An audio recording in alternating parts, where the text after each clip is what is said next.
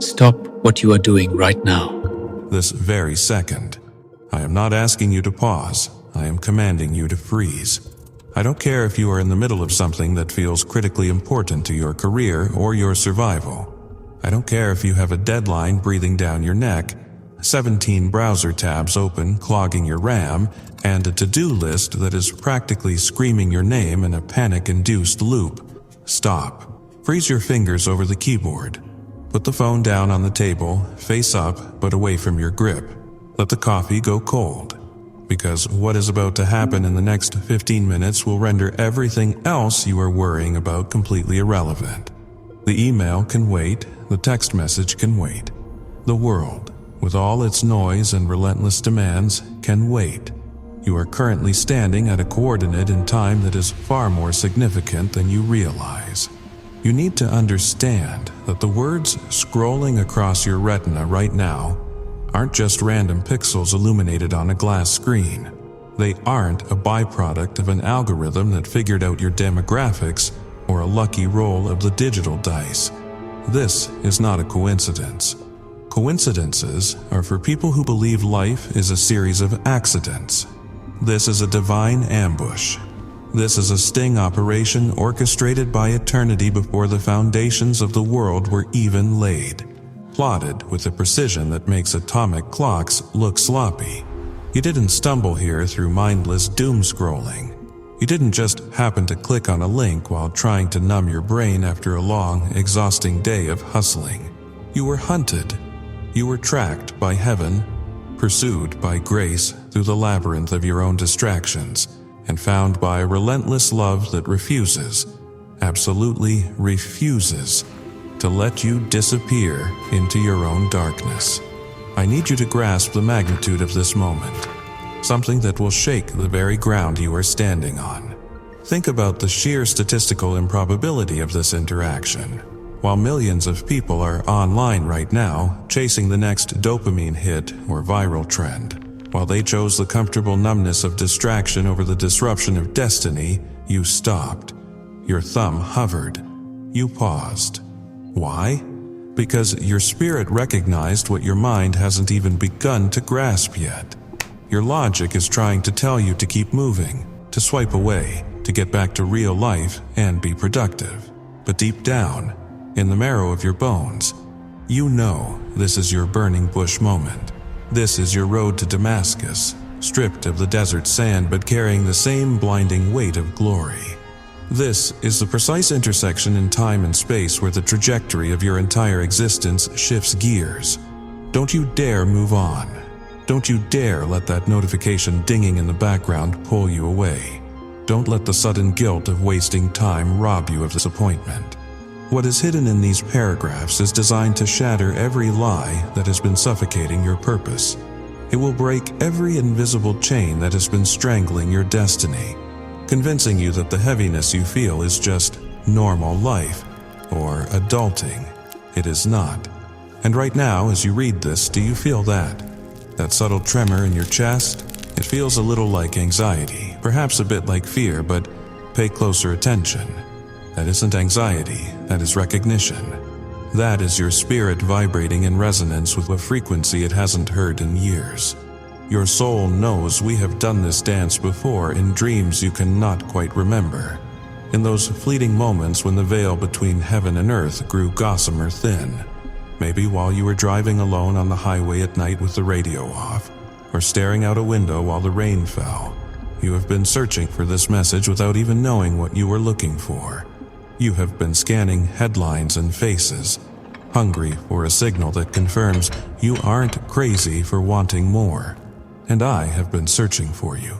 I have been moving heaven and earth, rearranging circumstances, and aligning timelines just to orchestrate this collision between your deepest unspoken need and my perfect timing. This isn't about information. It is about impartation. You are not reading a blog post. You are stepping into a divine courtroom where the verdict is being overturned in your favor. But you have to stay in the room. You have to commit to this moment. The world outside this screen is loud, demanding, and chaotic. It wants to eat you alive. It wants to grind you down into a fine powder of cynicism and exhaustion. But right here, in this pocket of stillness you have carved out by simply obeying the command to stop, there is a sanctuary. This is the beginning of the end of the life you settled for, and the first breath of the life you were created for. Stay here. Don't look away. The shift has already begun, and your spirit is bracing for impact. I have been watching you navigate these brutal days, and I need you to know that I haven't been observing from some distant marble throne hidden behind layers of clouds and religious ceremony. I haven't been watching you through a telescope from the edge of the universe, detached from the grit of your reality.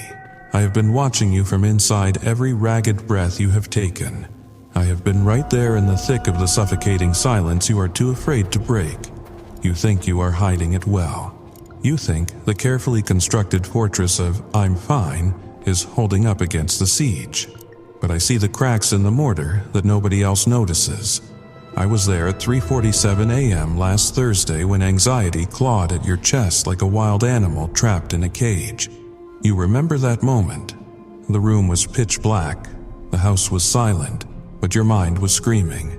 Your heart hammered against your ribs like a prisoner desperate for escape, and you lay there, paralyzed, staring at the ceiling, wondering if you were losing your mind or just your ability to breathe. I witnessed that Tuesday, the one you've tried to block out of your memory, when you sat in your car in the parking lot, engine off, windows rolled up. You gripped the steering wheel until your knuckles went bone white, your entire body trembling with the effort it took just to exist. You sat there for 10 minutes, unable to open the door, unable to face another performance of stability, gathering every ounce of strength you had left just to walk into that building and smile. I caught the tears you swallowed during that meeting later that afternoon. I felt them burn your throat like acid.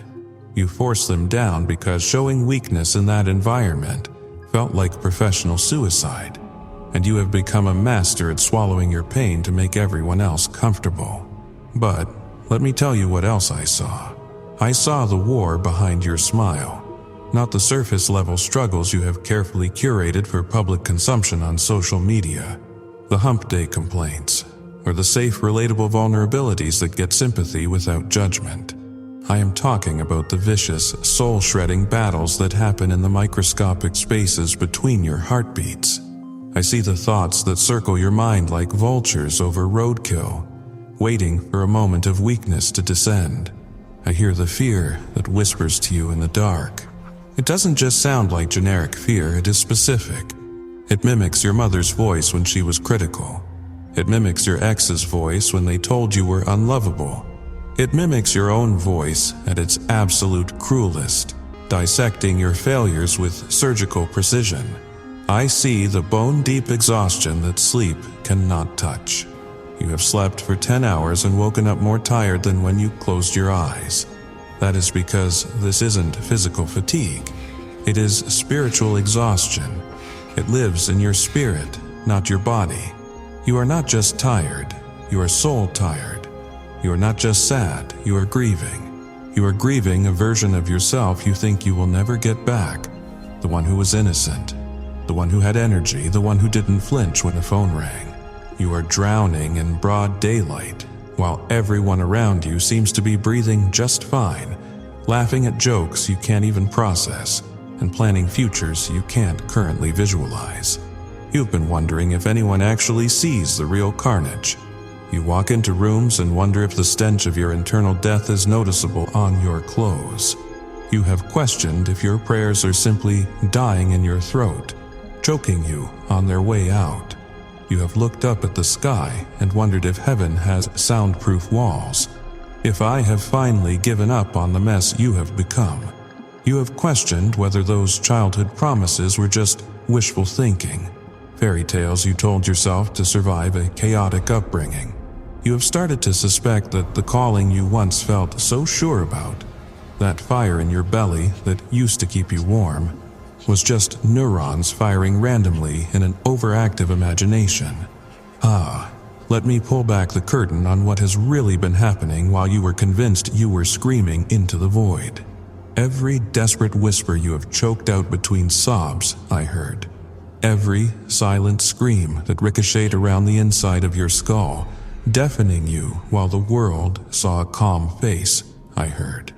Every prayer that felt like throwing pebbles at a brass sky, hoping for a crack, I caught them all. You felt ignored, but you were actually being recorded. You felt abandoned, but you were being studied with the intensity of a love that is preparing to act. You have been waiting for the storm to stop, not realizing that I have been in the wind, listening to the frequency of your endurance. You think you have been failing because you are struggling, but I see a warrior who refuses to lay down their sword even when they can't lift their arm. You are still here, and the fact that you are still breathing, still reading, still searching, is proof that the war isn't over. It is proof that the enemy hasn't won. But more than just catching those desperate prayers, I have been weaving them into something so beautiful, so powerful, and so earth-shatteringly glorious that when it finally manifests, you will understand why the weight of the process nearly killed you. You've been looking at the wreckage of your life and calling it a disaster site. But I am looking at the same landscape and calling it a construction zone, because what is coming required every single second of this brutal preparation.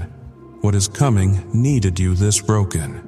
It needed you this empty and this desperate, because only empty vessels can be filled with fresh glory. If you were full of your own plans, full of your own ego, and full of the world's validation, there would be no room for the tsunami of power I am about to release. You look back and see abandonment. I look back and see extreme protection. Let's talk about that relationship, the one that shattered you into 1,000 jagged pieces. You have spent months, maybe years, wondering what you did wrong, replaying arguments in the shower, obsessing over what you could have said differently to make them stay. You thought they walked away. No, I broke it myself. Yes, you heard that right. I stepped in and severed that tie because they were poisoning your purpose with their small dreams, and even smaller faith. You were trying to build a cathedral while they were content with a tent. They would have loved you into a cage. They would have domesticated your wild calling into something manageable, something respectable, something dead. They wanted a partner for their comfort, not a partner for the kingdom. If I hadn't removed them, you would have suffocated slowly, smiling through a life that was too small for your spirit. And that job, the one that rejected you despite you being perfect on paper, the one where the interview felt like a formality because you were so clearly the best candidate, you took that rejection as a sign of your inadequacy. You let it feed your imposter syndrome. But I slammed that door so hard the hinges broke because walking through it would have cost you your calling. You were ready to settle. You were ready to trade destiny for dental insurance, purpose for a pension plan, and a legacy for a predictable 401k. I love you too much to let you die in a cubicle that was never built to contain your gifting. I blocked that path not to hurt you, but to herd you toward the cliff edge where you will finally be forced to fly. Think about those friends who disappeared when you stopped being convenient. The ones who were always around for the parties and the wins, but vanished the second your life got messy. When your brokenness became too heavy for their fair-weather faith to carry, you felt betrayed. You felt unlovable. But I removed them with surgical precision because they were anchors disguised as life rafts. They were dragging you toward a destiny that was never yours to begin with. They needed you small to feel big. They needed you broken to feel whole by comparison. They needed you silent to feel heard. As long as you were their project or their sidekick, they were happy. But the moment you started to grow, the moment you started to outpace them spiritually, they couldn't handle the glare of your potential. So I let them go find someone else to diminish while I isolated you to prepare you for greatness. But you, my warrior, disguised as a worried soul, you stayed. This is the part that matters.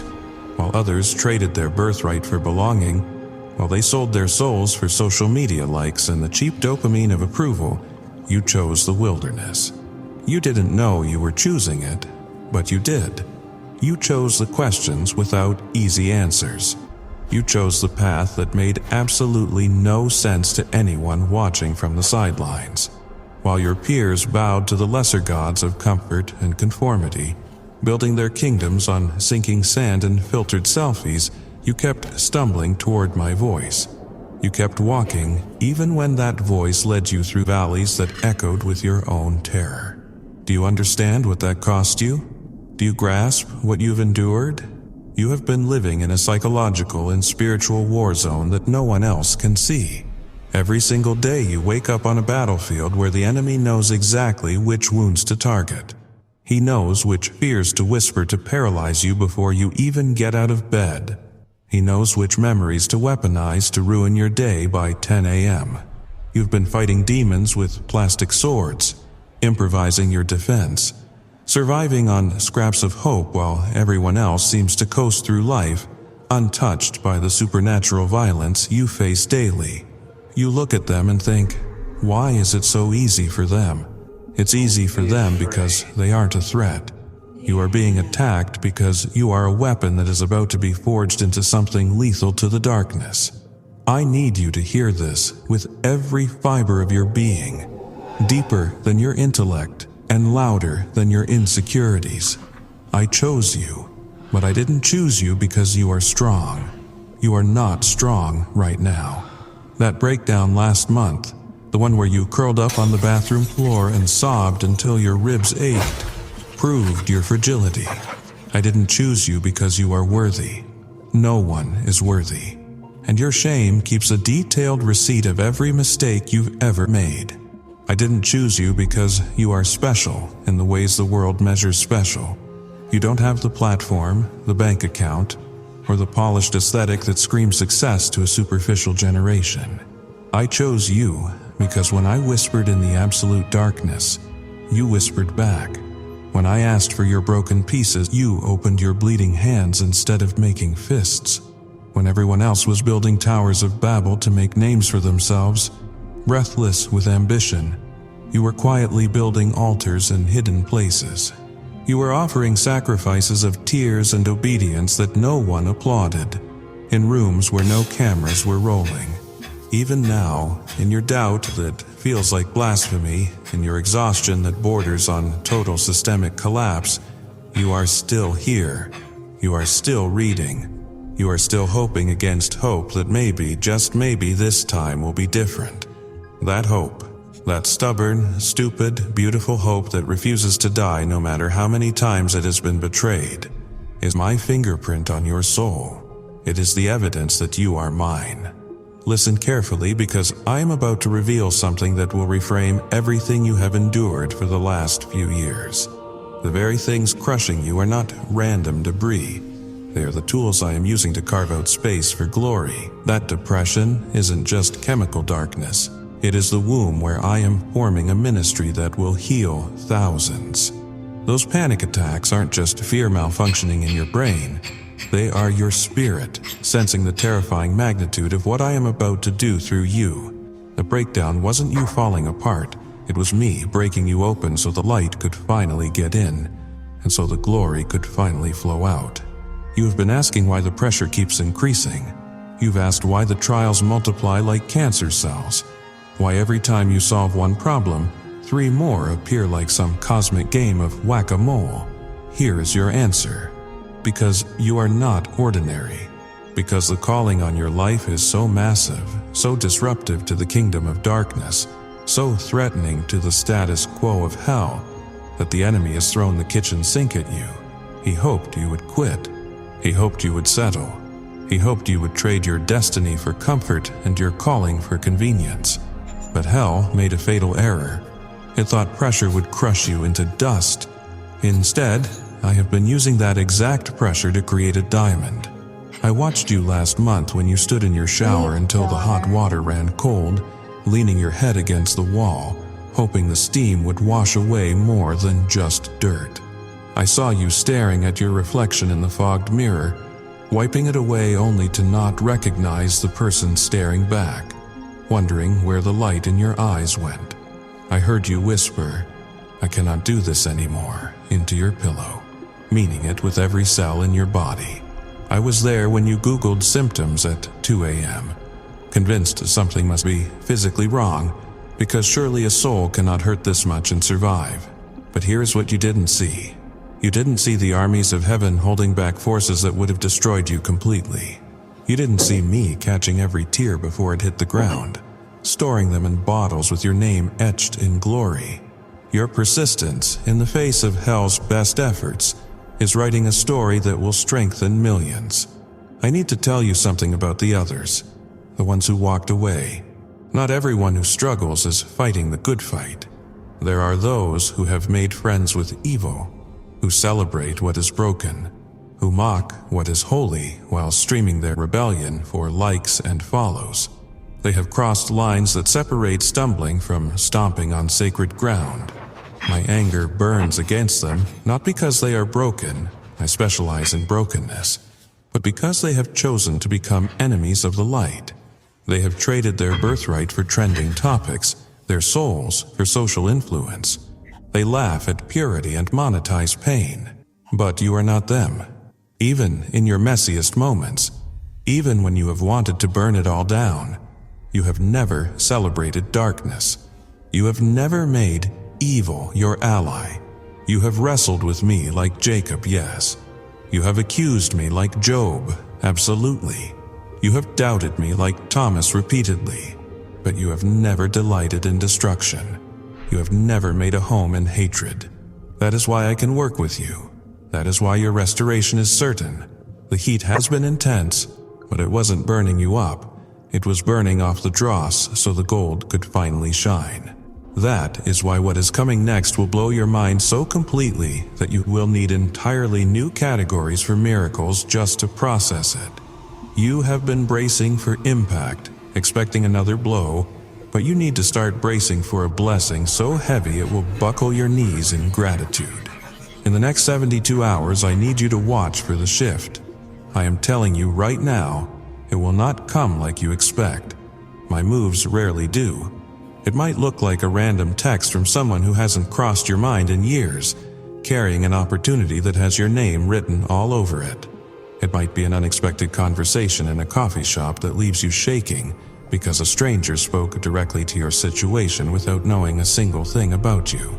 It might be a door you thought was welded shut, suddenly swinging open with such force it takes the frame with it. It might be a phone call that changes every calculation you have made about your financial future. Don't analyze it. Don't try to help me make it happen. Don't water it down with your human logic or talk yourself out of it because it seems too good to be true. Just receive. Just believe. Just watch me work. The dreams you buried in the graveyard of disappointment, they are not dead. They are seeds about to break through concrete with resurrection power. The prayers you thought went unanswered have been building momentum in the spiritual realm like water behind a massive dam. And hear me clearly, the dam is about to detonate.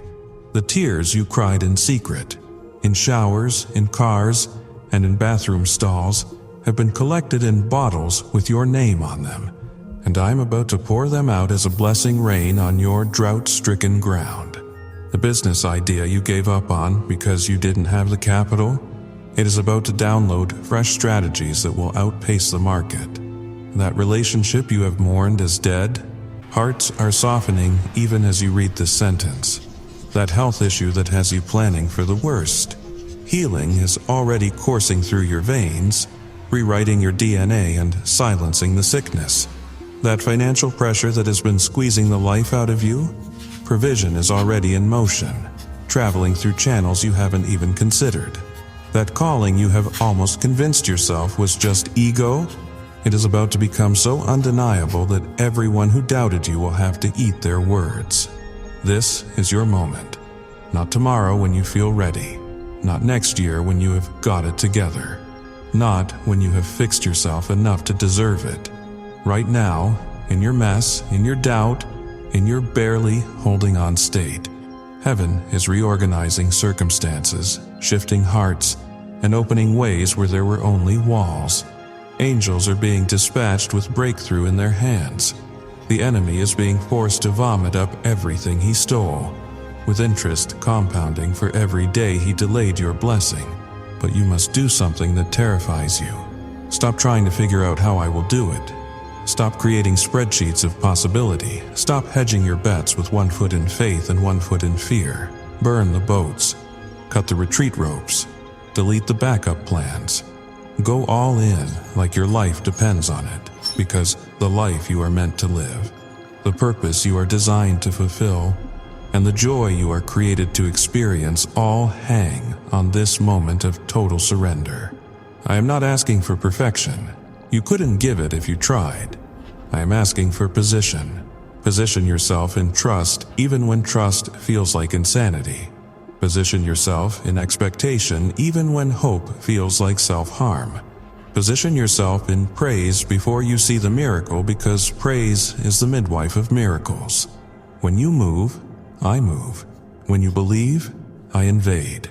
When you surrender, I conquer on your behalf. Some of you reading this need specific promises, so let me get specific. The diagnosis that has you planning funerals. I am the God who spoke to dead bones and watched them dance. That addiction that whispers, you will never be free. Its voice is about to be silenced forever by my roar. That depression that has convinced you joy is for other people. I'm about to show you joy so fierce it frightens you. That relationship that feels irreparable. I specialize in resurrection. That dream that seems impossible. Impossible is my starting point. Don't you dare give up now. Not when you are 3 feet from gold. Not when the darkest part of the night means dawn is closest. Not when I have dragged you through hell just to abandon you at heaven's gates. I don't work that way. I don't write stories without endings. I don't start masterpieces and leave them unfinished. What I started in you will be completed. It will be magnificent. It will be a testimony that makes hell tremble and heaven throw parties. If this word has set your soul on fire, if you feel hope clawing its way up from the grave where you buried it, if you are ready to believe one more time, then move. Do not let this moment pass as just another piece of content consumed. Share this with someone drowning in their own darkness. Be their lifeline. Comment with your declaration of faith. Let heaven and hell know exactly where you stand. Like this, if you are ready to see me move. Make it a covenant click. Subscribe if you want to stay connected to heaven's frequency, because what is coming next will build on what is breaking open now. Your response isn't just clicking buttons, it is agreement with heaven. It is declaring that you are done with the survival mode. You are ready for revival mode. You are finished with managing pain. You are ready for miraculous power. You are through with small dreams and safe prayers. You are ready for the impossible, the unthinkable, the undeniable. This is your moment. This is your message. This is your miracle in motion. Now, watch me work.